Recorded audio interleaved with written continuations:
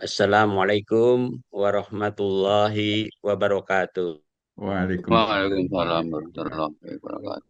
Alhamdulillahilladzi arsala rasulahu bil huda wa dinil haq liyudhhirahu ala dini kullih walau karihal musyrikun. Asyhadu an la ilaha illallah wahdahu la syarikalah wa asyhadu anna Muhammadan abduhu wa rasuluh. Allahumma sholli ala Muhammad wa ala ali Muhammad. A'udzu billahi minasyaitonir rajim. Wal walidatu yurdi'na auladahunna haulaini kamilain liman arada ayyutimmar radha'ah. Segala puji kita panjatkan kehadirat Allah SWT atas rahmat dan nikmatnya sehingga pada pagi hari ini kita bisa masih mengikuti kajian Golden Habit yang luar biasa, yang alhamdulillah ada yang bisa rutin dan ada yang putus-putus seperti saya sudah berapa Sabtu ya ketinggalan. Tak lupa pula kita sampaikan salam dan salawat kepada junjungan kita yang besar Muhammad Shallallahu Alaihi Wasallam. Bapak Ibu, terima kasih Pak Agus Sukoco yang telah memberikan kesempatan pada saya untuk sedikit terkait dengan masalah menyusui. Alhamdulillah, terima kasih. Ini dari rasa kita bahwa menyusui itu ada selama 2 tahun, insya Allah. Kalau ingin menyempurnakan. Dalam menyusui ini ada berapa hal, ada dua kaitannya adalah pertama untuk menyusui harus satu sampai kapan hanya ASI saja itu adalah 6 bulan yang kita ketahui namanya ASI eksklusif. Kemudian ASI eksklusif itu adalah selama umur 6 bulan itu hanya ASI saja itu disebut ASI eksklusif. Tapi kalau dalam umur 6 bulan sudah diberi yang lain tentunya bukan ASI eksklusif itu. Untuk pencapaian ASI eksklusif ini memang sangat rendah ya. Kemudian penyusui sampai 2 tahun itu untuk kesempurnaannya itu. Tadi mengapa kok sampai untuk ASI eksklusif hanya ASI saja sampai 6 bulan? Itu karena secara keilmuan bahwa ASI sangat mencukupi sampai umur 6 bulan. Sudah diteliti, jadi kalau dengan tanpa tambahan apapun ya bagi yang normal ya, bagi yang normal itu adalah cukup dengan sampai 6 bulan. Tapi setelah 6 bulan maka perlu tambahan-tambahan yang lain. MPASI istilahnya makanan, bukan pengganti tapi pendamping. ASI, MPASI itu pendamping bukan pengganti ASI. ASI tidak bisa digantikan. Bapak Ibu sekalian, tadi disampaikan oleh Dr. Agus Koco bahwa sejak lahir bahkan sejak kandungan itu sudah ada proses untuk pendidikan pada sang anak ya. Anak sudah bisa mendengarkan ya, tapi begitu saya lahir, anak bisa juga mendengarkan, juga bisa mulai melihat meskipun terbatas, yang nanti akan sempurna penglihatannya umur sampai 9 bulan. Tapi mendengar itu sudah proses. Kemudian juga merasakan tentunya. Nah, dimaksud dengan salah satu hikmahnya bahwa ASI diberikan sampai 2 tahun berarti harus perlengketan atau bonding antara bayi sama ibunya. Ini sehingga supaya ASI juga berhasil menyusuinya, maka ada istilahnya IMD, inisiasi menyusui dini. Jadi begitu bayi lahir, prosesnya, kemudian ditempelkan ke dada ibunya di tengah-tengah. Yang sebenarnya tujuannya bukan dia akan mencari nanti, akan mencari puting. Jadi secara otomatis bayi itu akan mencari, bergerak, dia akan mencari putingnya. Tapi tujuannya bukan harus sudah sampai menyusui atau menemukan putingnya. Yang penting dalam waktu 1 jam itu dia sudah bisa merasakan skin to skin, sudah merasakan dekapan, merasakan hangatnya dari kulitnya sang ibu, kulit bayi dan ibu. Jadi hubungannya yang sangat erat. Jadi sudah mulai dari dalam kandungan, lahir, terpisahkan dengan ibu, tapi didekatkan kembali. Nah, seperti itu. Jadi sudah merasakan baunya ibu ya, sudah merasakan hangatnya ibu ya, yang tadinya hangat di dalam kandungan, begitu lahir tentunya menjadi dingin, apalagi kalau ruang bersalin dengan AC dan sebagainya ya, seperti itu dihangat. 1 jam selesai, kemudian baru proses ibu selesaikan, nanti kalau normal itu dibuat rawat gabung. Mengapa salah satunya ASI memang sangat dianjurkan sehingga Rasulullah pun menyusui juga ASI meskipun tidak langsung apa dengan susu apa ibu susuan ya. Itu kandungan susu ASI apalagi yang pertama kolostrum itu sangat tinggi, mengandung ya antibodi ya, mengandung anti penyakit, kemudian vitamin-vitamin dan sebagainya. Sangat melengkapi yang sampai saat ini belum ada zat atau produk susu formula yang bisa menyamai ASI. Itu nggak bisa mengganti. Sehingga eh, betul-betul semua sekarang produk ASI itu yang utama, kecuali yang tadi bermasalah ya. Bayi lahir sangat rendah, kemudian juga nggak ada halangan. Bahkan karena pentingnya ASI ini, bayi yang normal itu atau yang katakanlah yang masuk picu pun, yang masuk NICU itu pun dicari kalau ibunya belum bisa memberikan ASI, katakanlah ibunya sakit atau ibunya meninggal dunia, misalnya ada upaya dari bagian perinatologi itu mencari donor ASI. Nah, kalau dulu hanya donor darah, sekarang donor ASI. Nah, ini tentunya juga Bapak Ibu sekalian nanti bagaimana sebenarnya untuk donor ASI ini seperti apa, kejelasan dan sebagainya, mungkin tuntutan kita sudah ada. Sehingga saat ini untuk menunjukkan saking pentingnya pemberian ASI. Nah, kemudian tadi berkaitan dengan pendidikan, tadi disampaikan bahwa kita memberi ASI itu kalau kemarin pakai mungkin ada ilmu tiap 2 jam itu nggak pakai 2 jam. Kebutuhan on demand sesuai dengan kebutuhannya. Bayi nangis, cep dan sebagainya. Ya istilahnya apa ya bahasanya nger langsung blep ya langsung netek dan sebagainya. Sehingga tidak pakai jam-jaman ya. Kalau kan untuk 2 jam memang cara normal itu dalam bayi menyusui itu sampai 12 kali dan sebagainya sehingga kadang-kadang oh ya udah dianggap sebagai 2 jam. Kalau sesuai kebutuhan kau udah puas. Nah tentunya proses untuk pemberian ASI ini tergantung juga dari bagaimana produk dari ASI sendiri, arti dari ibu sendiri sehingga memproduksi ASI. Nah ini sebagai faktor-faktor yang mengaruhi salah satunya bahwa ASI yang dihasilkan kualitasnya seperti apa ya tentunya intiknya dari ibu. Ini untuk memproduksi ASI ini cukup apa ya cukup kompleks untuk sumber-sumbernya. Sehingga kalau ibu kekurangan gizi dan sebagainya bisa dia mencari bagaimana supaya produksi ASI ini bisa berkualitas, dia bisa mengambil zat-zat yang ada dari ibunya. Sehingga kalau kekurangan kalsium dan sebagainya, mungkin ketika menyusui, waktu hamil, itu ibu sering apa giginya kropos, ya mudah berlubang dan sebagainya. Itu salah satunya kemungkinan karena untuk bagaimana bisa menghasilkan ASI yang terbaik yang dihasilkan. Oleh sebab itu tergantung itu. Kemudian dalam gambar ini itu ada yang namanya untuk proses pemberian ASI menyusui itu ada 2 faktor hormonal yaitu hormonal prolaktin dan nanti oksitoksin. Prolaktin itu adalah hormon yang memacu produksi ASI. Nah, produksi ASI terpacu apa?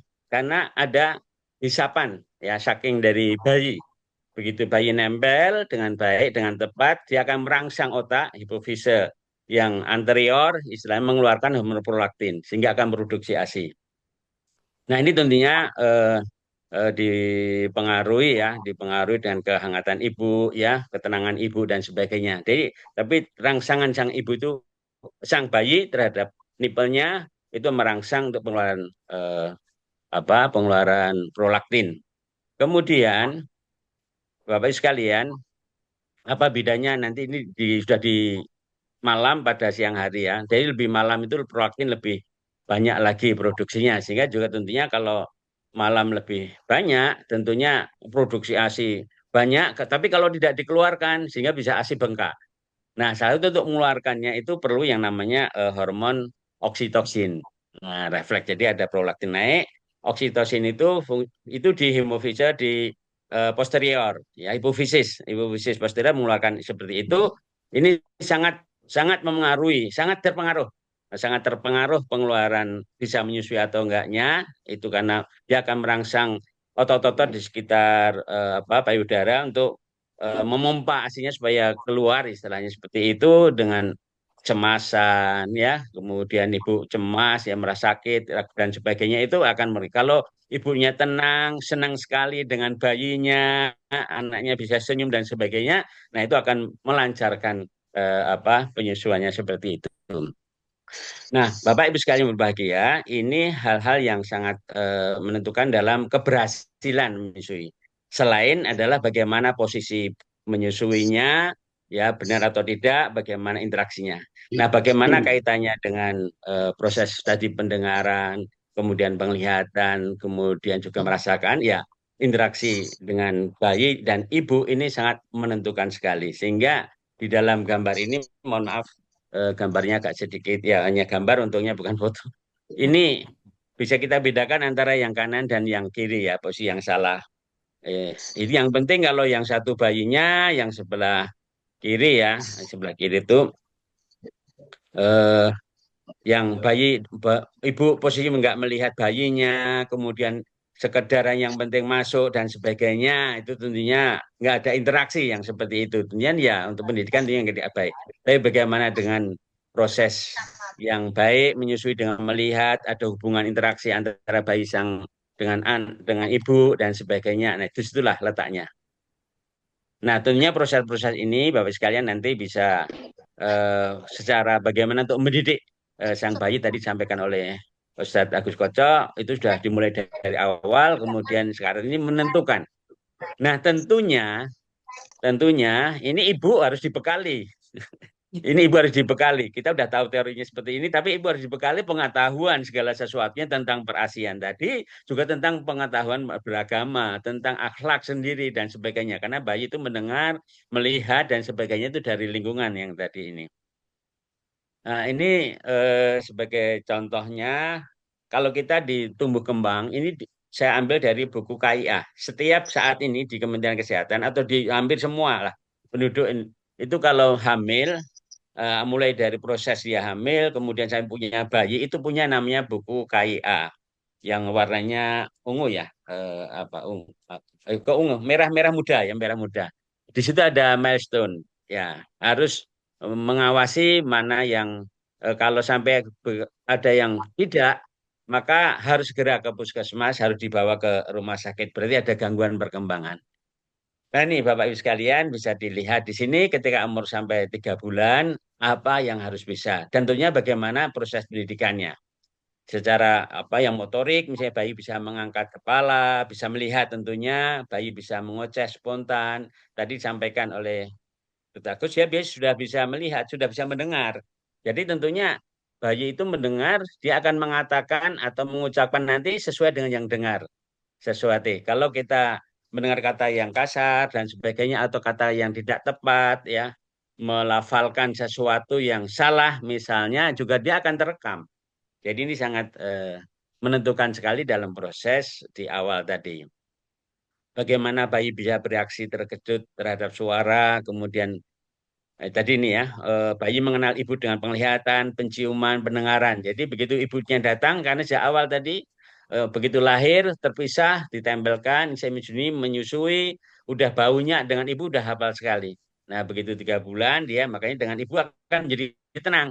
Ya, kalau rewel dan sebagainya megang orang lain, misalnya seperti itu kebiasaan. Kemudian berikutnya adalah eh, ketika 6 bulan seperti apa. Nanti mungkin dikaitkan dengan tadi kita ke milestone yang disampaikan oleh pada Sabtu yang lalu ya, seperti apa untuk mengajarinya sejauh mana yang Bapak itu sudah bisa mengerti dan kita bisa mengevaluasi, oh ini sudah tercapai atau belum.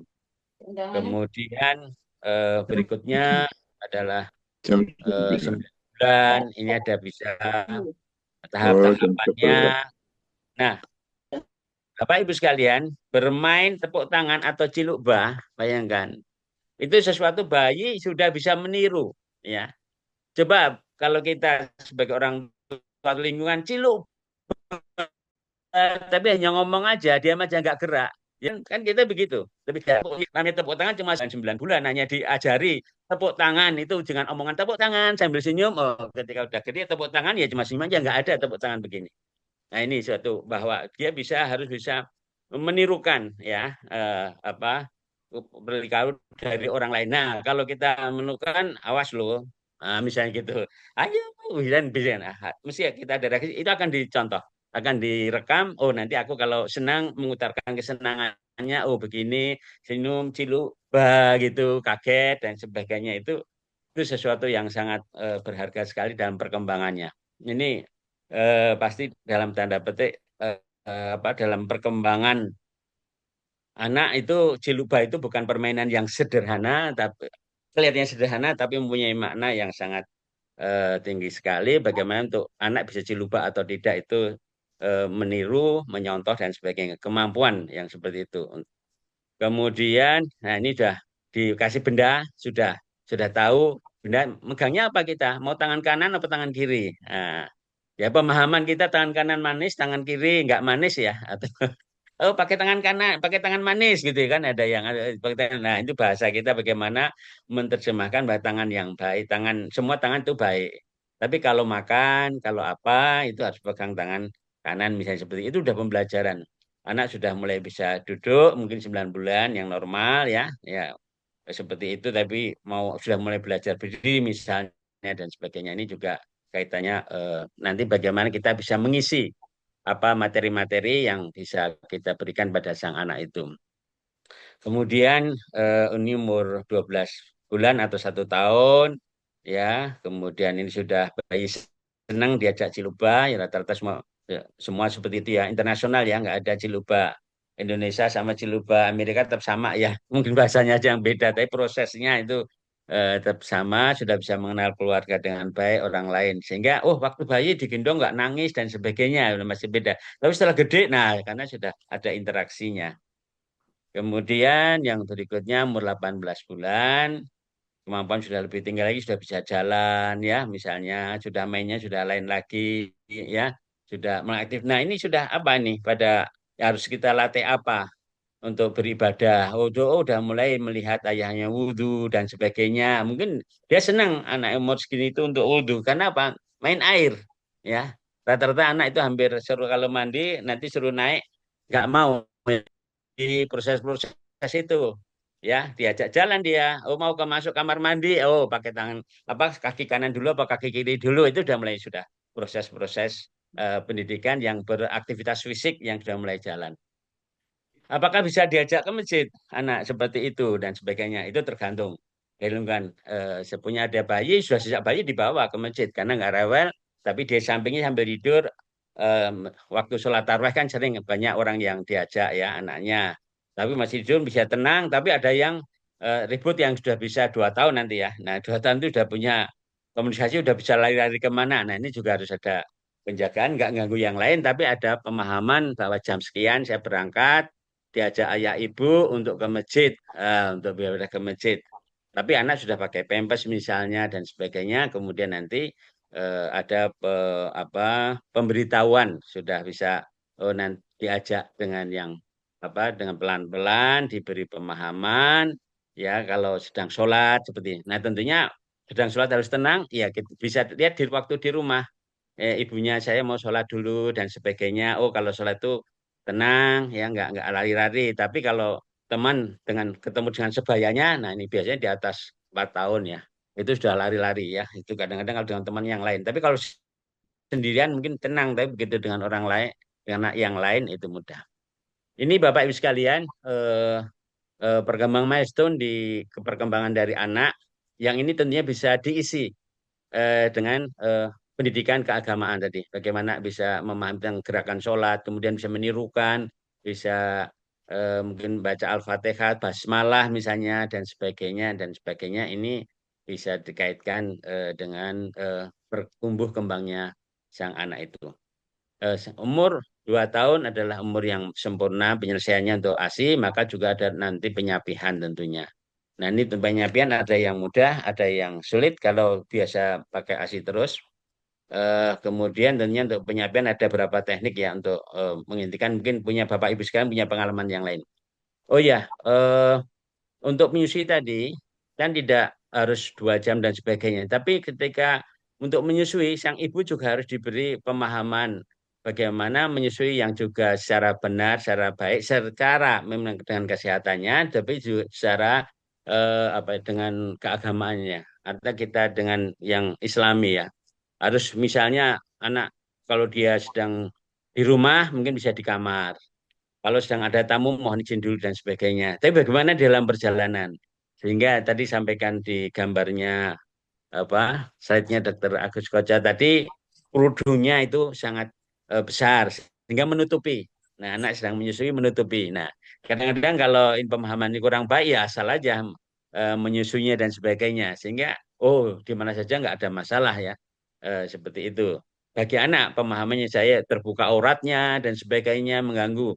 Nah, ini juga pembelajaran bahwa anak sudah mengenal aurat dan sebagainya sejak bayi itu sehingga kalau mau cuy di mana di kamar harus masuk kamar dulu ada orang lain dan sebagainya seperti apa dan sebagainya ini juga pembelajaran yang bagi anak secara tidak langsung ya bahwa sebenarnya ibu makanya pemahamannya tentang orang tua itu sangat tentang agama itu sangat penting sekali bapak ibunya. Bukan hanya ibu saja tapi bapak suaminya untuk mendukung sang ibu bisa menyusui dengan baik.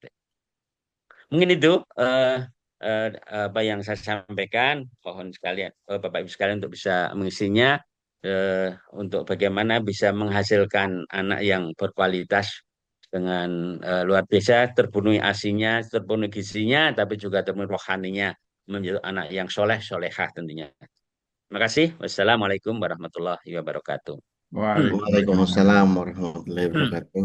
Ya, Ya, terima kasih banyak Dr. Syafaq, Dr. Agus. Luar biasa telah memberikan informasi, inspirasi pada pagi hari ini, baik berkaitan dengan bagaimana uh, tahsinul adab dimulai dari masa menyusui itu untuk menjadikan anak-anak kita semua menjadi anak yang soleh soleha dan juga anak yang sehat, lebih seperti itu.